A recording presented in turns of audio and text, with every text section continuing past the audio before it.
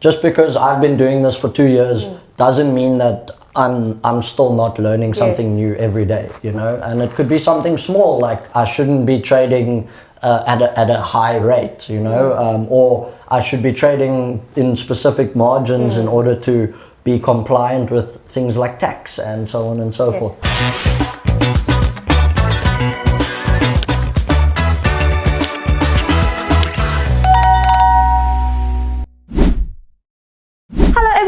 And welcome back to the Quick Trader channel. We are here today with myself and Keenan and Vicky. So today we are actually going to be speaking about price strategy and then transaction limits. But Keenan, you can kick us off first. So what would be the difference between fixed price and then floating price? Okay, so basically on your offers, this is just carrying on from last video as well. When you've set up your offer and you've selected your regions and so on and so forth, you know who you're going to be working with. You need to move on to fixed and floating pricing. So we'll start with fixed price. Basically, if you are specifically looking to make, let's say, 8% from a trade, right? And you only want to be making 8% and under, or 8% and above possibly, you'll set your trade limits to a fixed price. A floating prices are basically fluctuating with the market. So when it comes to floating price, you want your percentage to be quite high when it comes to floating prices, because it fluctuates up and down with the market. So you want to still have a profit range that's going to meet your needs. So yeah, it's important to have. And if you don't do this correctly, then you're going to fall behind on the marketplace. Your offers aren't going to stand out as much, and you're probably going to have a lot of cancelled trades. Or if the market fluctuates in the wrong direction, you're going to be selling your crypto for really, really cheap, and you're going to be making a loss. So yeah, so what you want to do if you're doing floating, you're going to be eyes on the price all the time. Consistent, which is not what everybody can do all the time. So make sure that if you are choosing floating prices, that you have the time and the concentration to watch that market all the time. You got to keep a chart open. Yeah. You might be losing out big time. Exactly, yeah. Perfect. And I think it's important as well that we discuss a little bit about transaction limits after that. So once you set up your price, and if you're going to be, I always recommend to my mentees a fixed market price, a market rate, just so you know that you're going to be getting 8% every single time, right? But you also need to, with the money that you put onto the platform, right? Your capital needs to be there and available to multiple customers at once, right? So it's going to give you the option to have a minimum and a maximum limit on what capital you'll be trading. So let's say, for instance, your minimum that you want purchased from you is 500 Rand worth of crypto, right? So this can be Bitcoin, USDT, whatever you've bought and whatever assets you're willing to sell, right?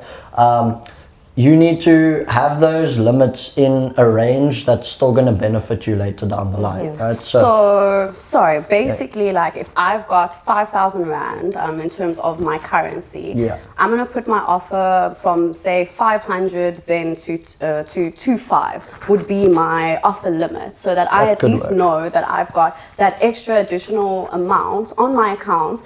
In case I get another offer, I've still got that money to then work with, rather than having it all on one, have the full 5,000, because I have no idea that someone is then going to do that offer, and then I can't trade any longer because it's all being traded on that. It's all been put into escrow.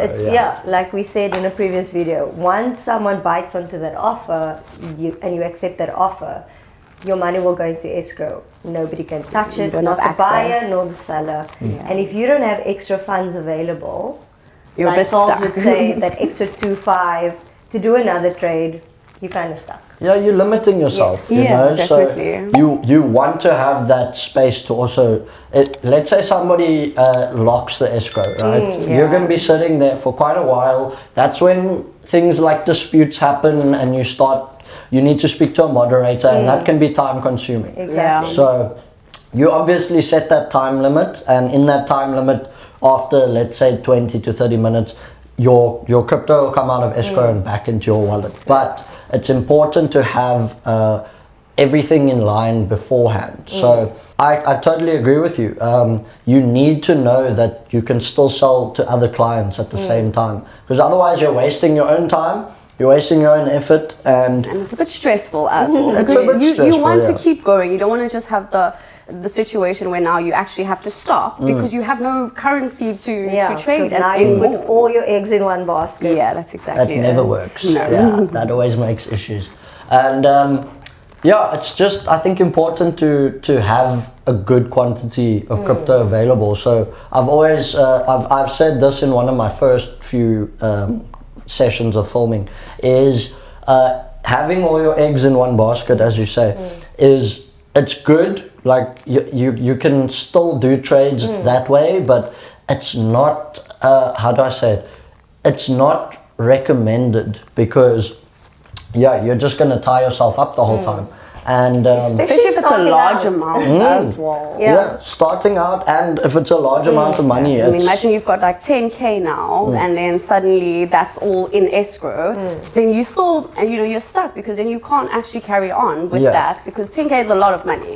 And the platform won't allow you to open up any offers if you don't have other money available. So you are literally stuck. Limiting yourself completely. you're basically closing your doors to new clients. So it's a good thing to obviously just set a fixed rate, and obviously keep your limits quite low. I recommend in the beginning, you always with newbies, especially maybe for you guys, start with a smaller trade. Start with 500 Rand, start with 1,000 Rand. And just trade those small amounts, let your crypto snowball, let it build up and start getting to bigger numbers.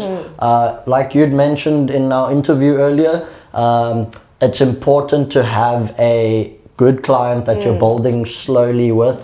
You said you started with lower amounts, and now you guys are doing Don't be afraid to large. start small. It's not about making money quickly, it's about having longevity in this industry. Yeah, of And course. we're all learning, so start small, learn the right way, and then it avoids issues later on. Of course, and also with regards to regulations and stuff, I mean, everybody's learning every day. It's just because I've been doing this for 2 years doesn't mean that I'm still not learning something new every day, and it could be something small, like, I shouldn't be trading at a high rate, or I should be trading in specific margins in order to be compliant with things like tax and so on and so forth. So it's important to know. I think moving on, once your offer is up on the platform, right, this is where you start looking for your clients. This is where you're now on that marketplace, you're ready to go.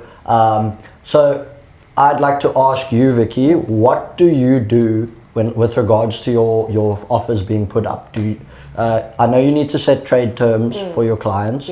So what are your trade terms? How do you work with your clients? So to follow the necessary things that we need to do in order to have KYC, we are asking for ID, we are asking for proof of payment, PDF proof of payment, and we also specify what we want in terms of the reference that we want. We're making sure that P2P is in there and the payer's surname. This we then compare with the ID that we receive as well as the PDF proof of payment. We were discussing earlier, just offline, about checking those PDFs and making sure that they are authentic PDFs, because people can come up with crazy stuff. We've all definitely experienced that, and it's such a shock sometimes when it happens, because you think everything's fine, and then you actually open up the PDF, and then you zoom in a little bit and you say, this is not the same, not the same typing. And then you have to go and you have to actually double check and see, okay, does the barcode match? Then you have to also call the bank and confirm, is this PDF an actual actual PDF. So definitely to make sure that the ID and the PDF match. Yes. It's important. You need to know, obviously, where your money is coming from, and you need to know that it's the sender So who's no actually third paying parties. you. Yeah, you need to make sure it's not a third party. You're 100% really correct, important. Tols. So, look, on that topic, guys, thank you so much for watching. We've got a lot of content coming out soon. We've got the Quick Trader launch party happening. Yes, guys. It's going to be a lot of fun. It's going to be very interactive. Our workshops are going to be running. I'll be running a workshop with David as well. And Vicky and Tols will be there attending. So we're going to keep that rolling, and hopefully we see everybody there. Please, We're very definitely. excited. Lots of love from our side.